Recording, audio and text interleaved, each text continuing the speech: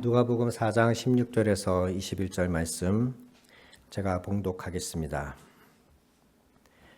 예수께서 그 자라신 곳 나사렛에 이르사 안식일에 늘 하시던 대로 회당에 들어가사 성경을 읽으려고 서심해 선지자 이사야의 글을 들이거늘 책을 펴서 이렇게 기록된 데를 찾으시니 곧 주의 성령이 내게 임하셨으니 이는 가난한 자에게 복음을 전하게 하시려고 내게 기름을 부으시고 나를 보내사 포로된 자에게 자유를 눈먼 자에게 다시 보게 함을 전파하며 눌린 자를 자유롭게 하고 주의 은혜의 해를 전파하게 하려 하심이라 하였더라.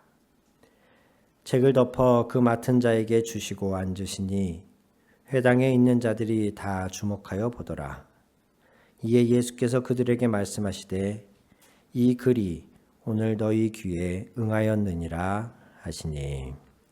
아멘.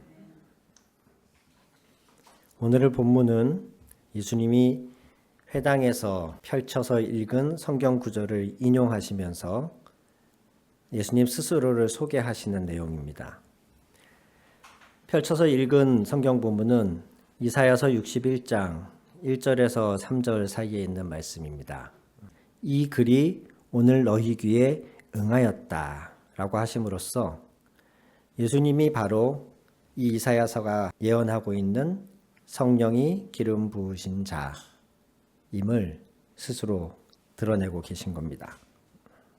내가 이 말씀을 이루려고 왔다. 내가 왔으니 이제 이 말씀이 너희에게 이루어졌다.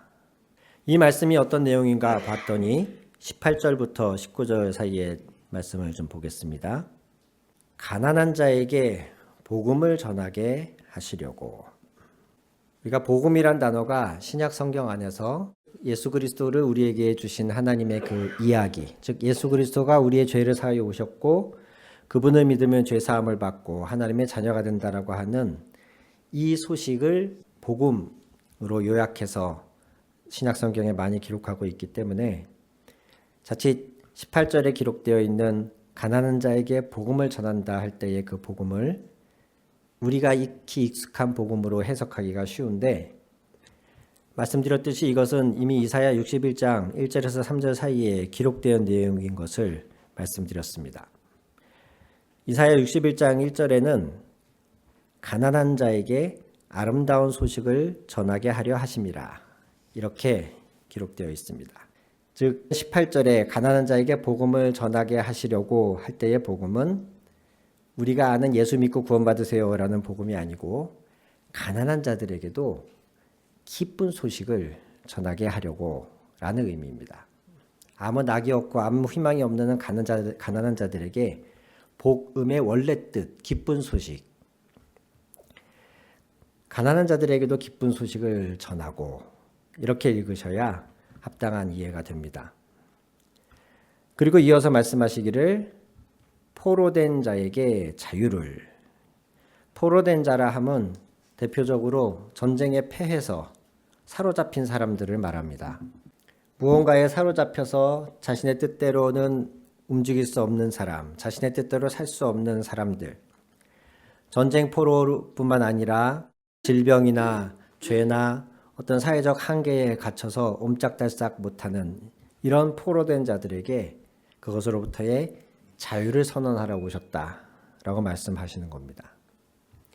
뒤이어 눈먼 자에게 다시 보게 함을 전파하며, 눈먼 자는 실제로 육체적으로 눈이 먼 사람에게도 해당되겠지만 그래서 예수님은 공생애 동안에 눈먼 자들을 치료하는 장면을 많이 보여주셨죠. 이것은 두 가지 의미가 다 있습니다. 실제로 우리의 육체의 눈이 먼 것을, 우리의 육체의 연약함을 주님이 고칠 수 있다는 것을 우리에게 보여줄 뿐만 아니라 더 나아가서 그것이 상징하는 우리가 단지 육체의 눈이 멀어서가 아니라 우리의 욕심이나 편견이나 사회적 어떤 관념에 사로잡혀서 보아야 할 것을 보지 못하는, 대표적으로 빛이 오셨는데 그 빛을 알아보지 못하는 그런 눈의 어두움을 다 포함해서 하시는 말씀입니다.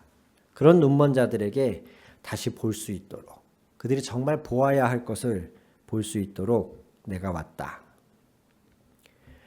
그 뒤에 덧붙이신 말씀은 눌린 자를 자유롭게 하려고 왔다라고 말씀하십니다. 눌린 자. 원어의 의미를 더 정확히 말씀드리면 깨어진 자라고 합니다. 깨어진 자, 상한 자, 상처받고 깨어지고 고통 속에 있는 사람들. 그런 사람들에게 자유를 주려고 내가 왔다. 그리고 이 말씀을 다 요약해서 18절의 말씀을 다 요약해서 한마디로 예수님이 19절에 이렇게 선언하십니다. 주의 은혜의 해를 전파하게 하려 하심이라. 아멘. 주의 은혜의 해. 이것은 구약 성경의 희년을 말합니다. 영어로는 주빌리라고 하는 이 희년은 유대의 율법 안에 있던 아주 독특한 법이었습니다.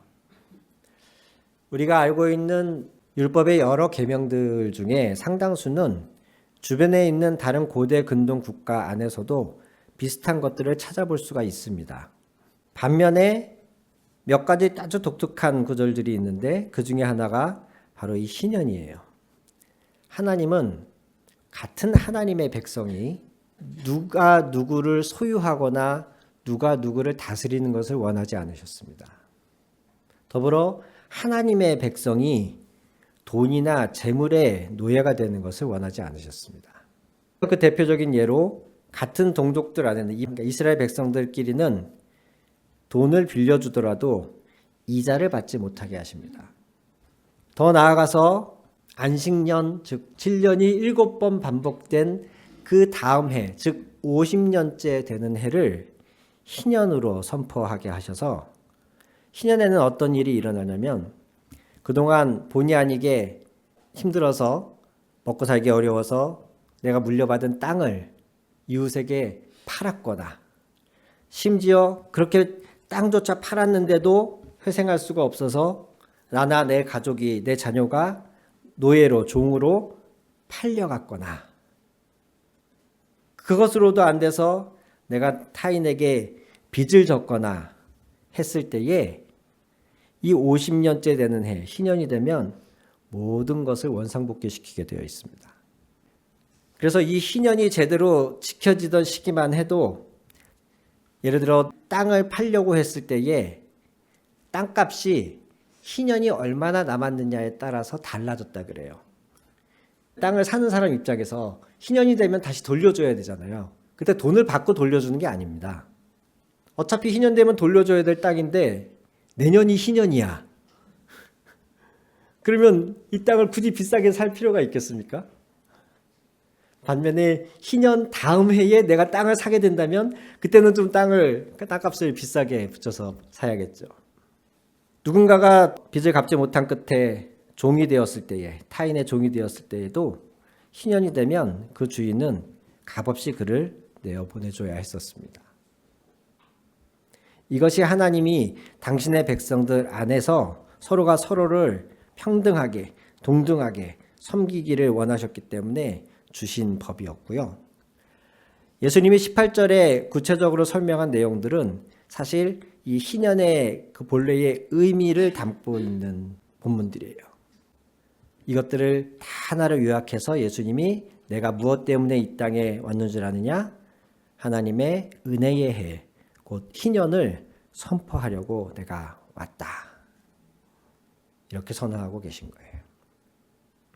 공생애를 시작하시면서 다른 말로는 하나님의 나라가 가까이 왔다.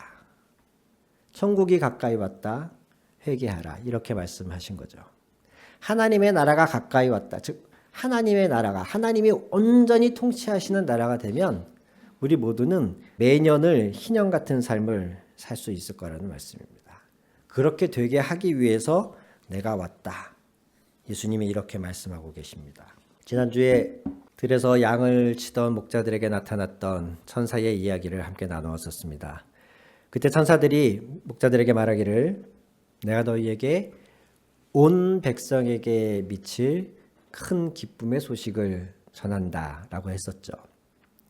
유대민족 너희에게만이 아니라 온 백성에게 미칠 큰 기쁨의 좋은 소식을 전하러 왔다. 그리고 우리도 오늘날에 이 성탄절이 다가오면 괜히 기분이 들뜨고 이렇게 트리 장식하고 선물 교환하면서 본래 성탄절의 의미를 모르는 사람조차도 성탄절은 기쁜 날이라고 인식하고 있죠. 왜 예수님이 오신 날이 우리에게 기쁜 날인지 오늘은 이 말씀을 통해서 우리 안에 다시 새겨보고자 합니다. 왜 기쁜 겁니까? 예수님이 오신 게? 왜 예수님을 믿는 사람이 된다는 게 왜 기쁜 겁니까 도대체? 예수님 믿고서 좋은 일만 생긴 건 아니시잖아요. 그렇죠? 그런데 왜 예수님 오신 날을 기쁜 날이라고 하는 겁니까? 마리아가 천사로부터 수태고지를 받을 때에 마태복음 1장 2절에 보시면 그의 이름을 즉 갖게 될 복중의 아이의 이름을 예수라 하라. 천사가 이렇게 말하면서 그 백성을 그들의 죄에서 구원할 자이심이라. 이렇게 예수라는 이름의 의미를 설명해 줍니다.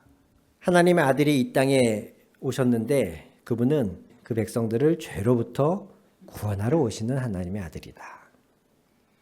이와 비슷하게 세례 요한의 아버지 사가랴도 성령에 감동되어서 이렇게 말합니다. 누가복음 1장의 77절인데 자신의 아들인 세례 요한이 앞으로 이런 일을 하게 될 것이다.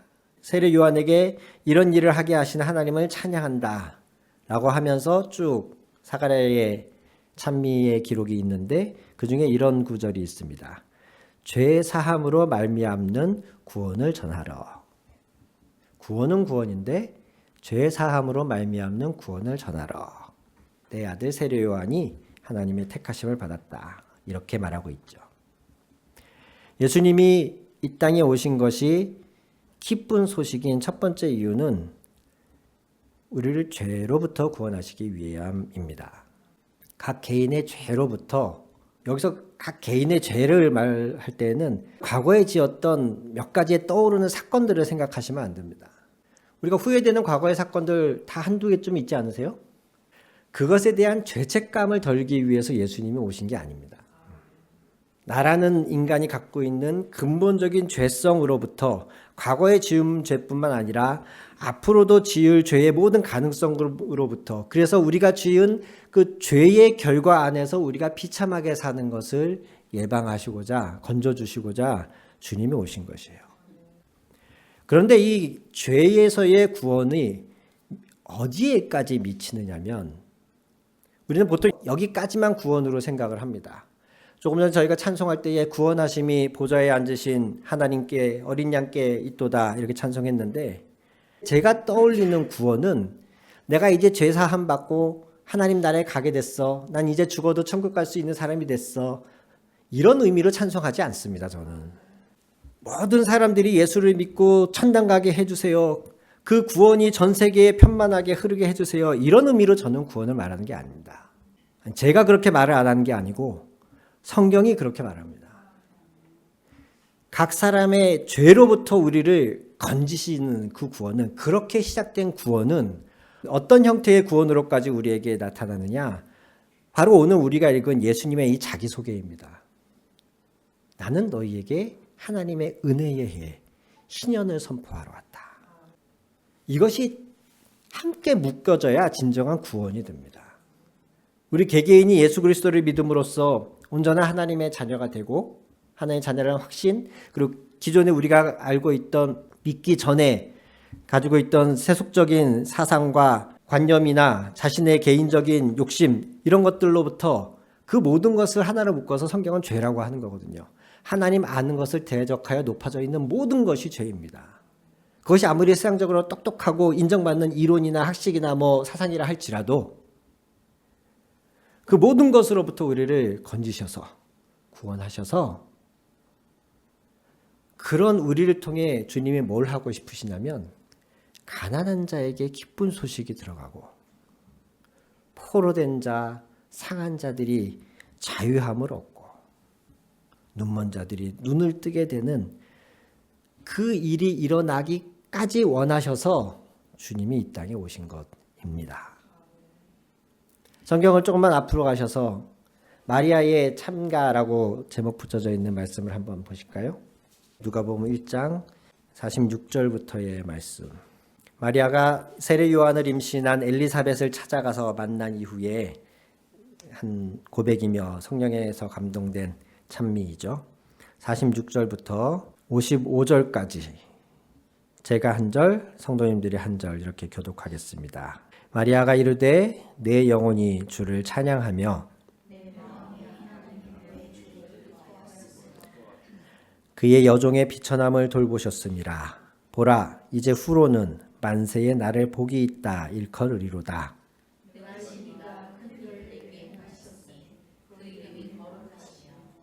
긍휼하심이 두려워하는 자에게 대대로 이르는도다.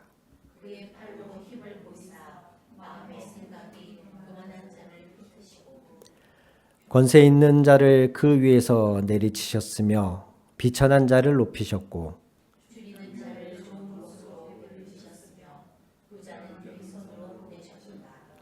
그 종 이스라엘을 도우사 긍휼히 여기시고 기억하시되 다같이 우리 조상에게 말씀하신 것 같이 아브라함과 그 자손에게 영원히 하시리로다 하니라. 아멘. 내 영혼이 주를 기뻐하며 내 마음에 하나님 내 구주를 기뻐합니다.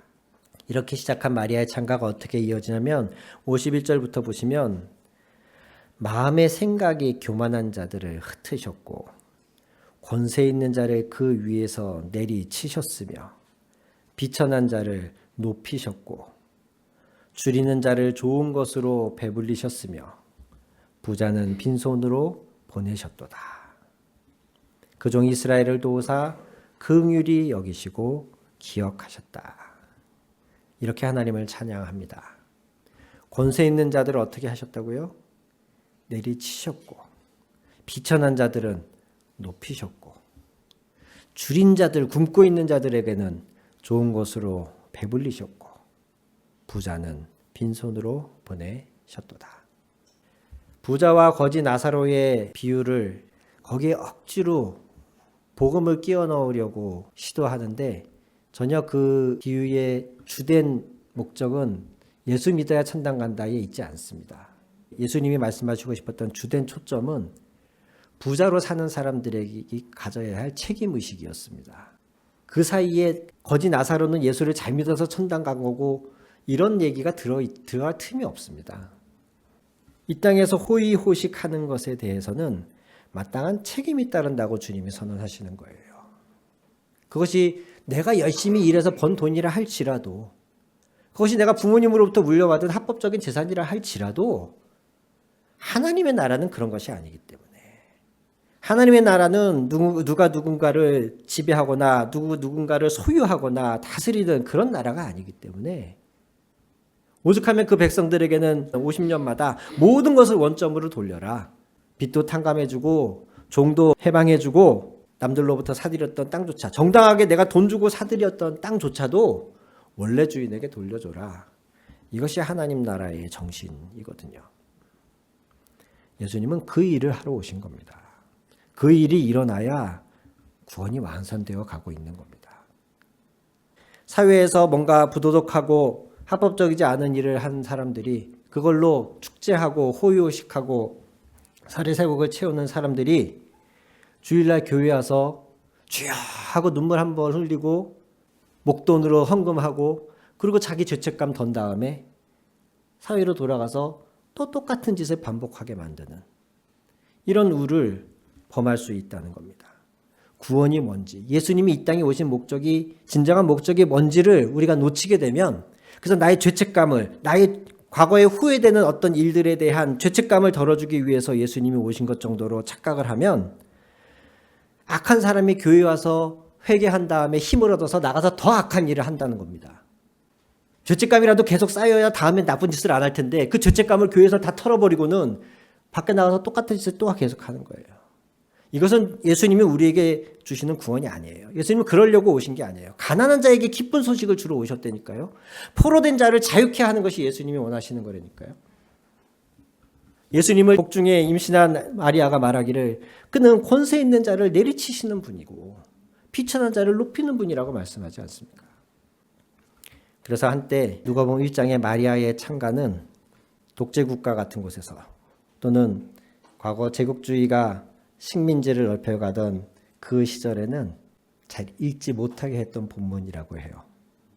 실제로 영국 같은 경우 인도를 식민 지배할 때에 영국은 성공회라고 국교회라고 하는 개신교이면서도 또 조금 우리와는 다른 그런 교파가 영국 교단인데 그 성공회 사제들에게 누가복음 1장의 마리아의 창가를 읽지 않도록 시켰다고 합니다. 성탄 예수 그리스도의 탄생을 기념하고 기뻐하는 자로서 우리가 바라봐야 될 것이 무엇인지 오늘 이 말씀을 통해 다시금 새겼으면 좋겠습니다. 여러분, 우리가 추구하고 예수님으로부터 받기 원하는, 아니 예수님이 우리에게 주기 원하는 세상이 어떤 세상인가? 어떤 구원인가? 단도직입적으로 이 시대에도 예수 그리스도가 우리에게 기쁜 소식입니까? 며칠 전에 우리가 겪었던 그 혼란, 저는 비상계엄령 뉴스가 밤에 딱 떴을 때 제일 먼저 떠오른 생각이 이삭이 입대 신청을 연기해야 되나? 내년에 군대 간다고 입영 신청해 놨는데 이거 안 돼. 이삭이 입영 신청을 좀 연기해야 되나? 휴학해야 되나? 제일 먼저 떠오른 생각이 그거였어요. 그러니 군대에 아들들 보내놓고 있는 그 부모들은 그 심정이 어떻겠습니까? 지난 화요일 이후로 정말 한 치 앞을 내다볼 수 없는 상황이 되어버렸습니다. 의도가 어쨌건 대한민국은 여행 위험 국가가 되어버렸고 대한민국은 투자하기에 불안한 나라가 되어버렸습니다. 어제 탄핵이 부결되었기 때문에 이 체제가 한동안 유지가 될 것 같은데 반면에 이것을 반대하는 사람들의 연이은 탄핵 요청과 시위가 정말 들불처럼 일어나게 생겼습니다. 다시 한번 저와 여러분에게 하나님이 물으십니다. 이런 상황에서도 예수 그리스도가 우리의 기쁨이십니까? 이 시대에도 우리는 예수 그리스도를 바라보며 소망이 생기고 기쁨이 스물스물 올라오십니까? 그러시길 주님의 이름으로 축원합니다. 물론 개개인의 지향하는 정치적인 성향이나 바람에 따라 하루에도 몇 번씩 시비가 엇갈리고 있으실 줄 압니다. 저는 개헌만큼은 하지 말아야 된다고 생각하는 사람입니다.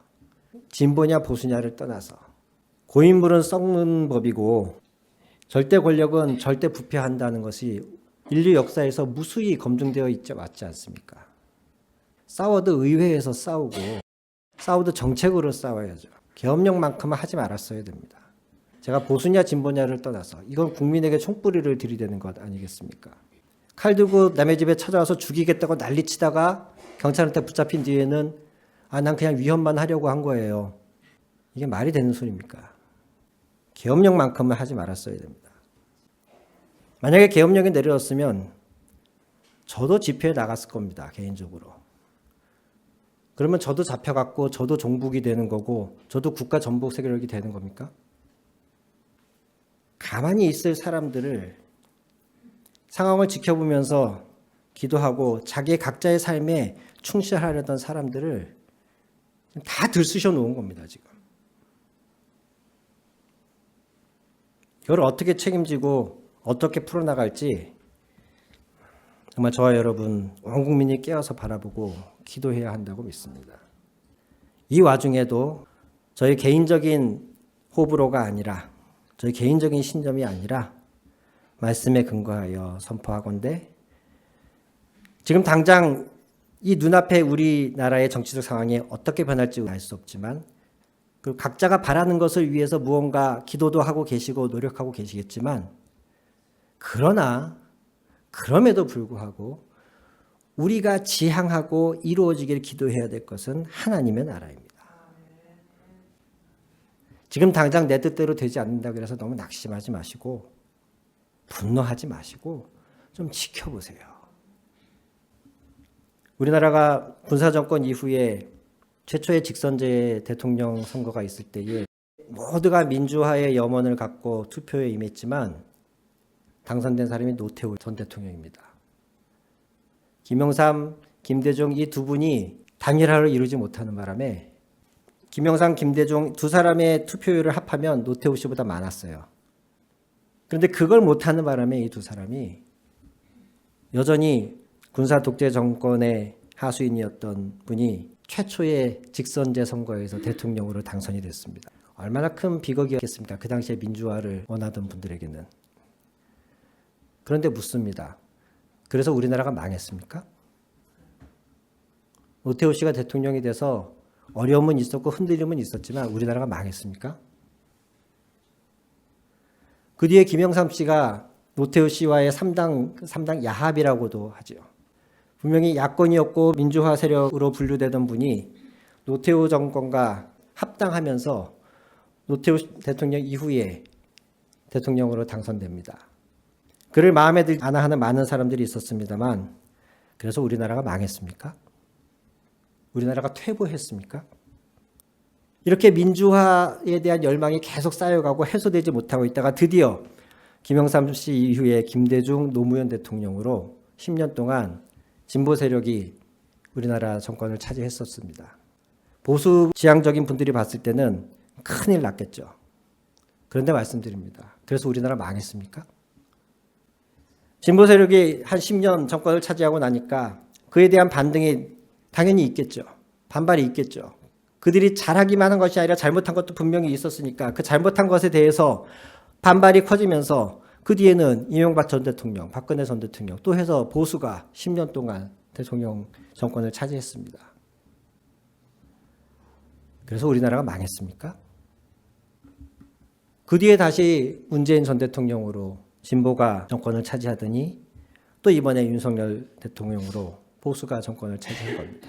우리나라는 계속 그렇게 실수하고 잘못하면 그것을 다시 바로잡고 당장 내 마음에 들지는 않지만 그것을 고치려고 개선하려고 노력하는 각각 서로 다른 사람들의 그런 노력이 쌓아 올려져서 오늘에 이른 것이라고 믿습니다. 지금 당장 내 눈앞에 내가 지지하는 사람이 당선이 되지 않고 내가 지지하는 정당이 정권을 차지하지 못하면 우리나라가 당장 망할 것 같은 이런 생각 혹시 가지고 계시다면 그것이야말로 사실은 자신이 정권을 차지하기 위해서 우리들을 조종하는 사람들의 쇠뇌와 다를 바가 없습니다. 우리를 지지하지 않으면 이번에 우리 당이 정권을 차지하지 않으면 우리나라가 마치 끝장날 것 같은 반으로 쪼개지거나 우리나라가 북한에 잡아먹히거나 우리나라가 일본한테 넘어갈 것 같은 이러한 위기의식 자체가 오히려 우리가 바른 판단을 하지 못하게 하고 부하내동하게 하는 자기들이 조종하기에 딱 적당하게끔 만드는 그런 사람들이 사용하는 논리입니다. 여러분 극단에 치우치지 마십시오. 그리고 다시 말씀드리지만 저와 여러분은 보수이거나 진보이기 이전에 하나님 나라를 추구해야 될 사람들입니다. 그 하나님 나라 안에서는 권력자가 절대 권력을 누릴 수가 없습니다. 그 하나님 나라 안에서는 부자가 자기만 부자일 수가 없습니다. 그 하나님 나라 안에서는 누가 누구를 지배하거나 억압하거나 갑질할 수 없습니다. 그게 희년입니다. 그걸 하러 예수님이 오신 겁니다. 법으로 안 되거든요. 그게 제도로 안 되거든요. 힘으로 할 수가 없어요. 아무리 법을 만들어도 법을 사용하는 사람은 법을 집행하는 것은 사람이기 때문에 판사가 진보냐 보수냐 대법원의 대법관들이 어떤 성향의 사람이냐 왜 우리가 그걸 따집니까? 법이 아무리 텍스트가 정해져 있어도 그 법을 어떻게 적용할지는 사람이 하는 거거든요. 그래서 하나님은 이 희년을 하나님의 해를 하나님의 나라를 이루기 위해서 제일 먼저 하시는 게 우리를 자신을 바꾸는 겁니다. 우리가 묶여있는 잘못된 사상과 하나님 아는 것을 대적하여 높아져 있는 이 세상의 올무로부터 죄로부터 우리를 자유케 하신 이후에 그 각 사람이 자기의 삶의 위치에서 복음의 정신으로 하나님 나라의 정신으로 살게끔 함으로써 포로된 자에게 자유를 눈먼 자에게 눈뜨게 함을 갇힌 자에게 눌린 자에게 자유함을 주시려고 하는 것이 하나님의 구원인 줄 믿습니다. 그래서 성탄이 기쁜 겁니다. 내 죄책감 덜어내는 정도로 성탄이 기쁜 게 아니고 우리 각 사람이 주님을 제대로 만나면 우리 가정이 변하고 사회가 변할 것이기 때문에 그래서 기쁜 소식인 거예요. 오늘 같이 이 상황은 우리에게 던져지는 하나님의 질문임을 다시 기억하시면서 너는 믿느냐? 이 상황조차도 구원이 나에게 있음을, 이 상황에서조차도 내가 너희의 희망임을 너희는 믿느냐? 그리고 그것을 믿고 행함으로 나타낼 수 있느냐? 이렇게 던져지는 하나님의 질문이라고 받으면서 오늘 저와 여러분이 각자의 자리에서 복음의 정신으로 예수님이 오늘 선포하고 계신 이 희년의 정신으로 살기를 다짐하는 시간이 되었으면 좋겠습니다. 같이 기도하시겠습니다.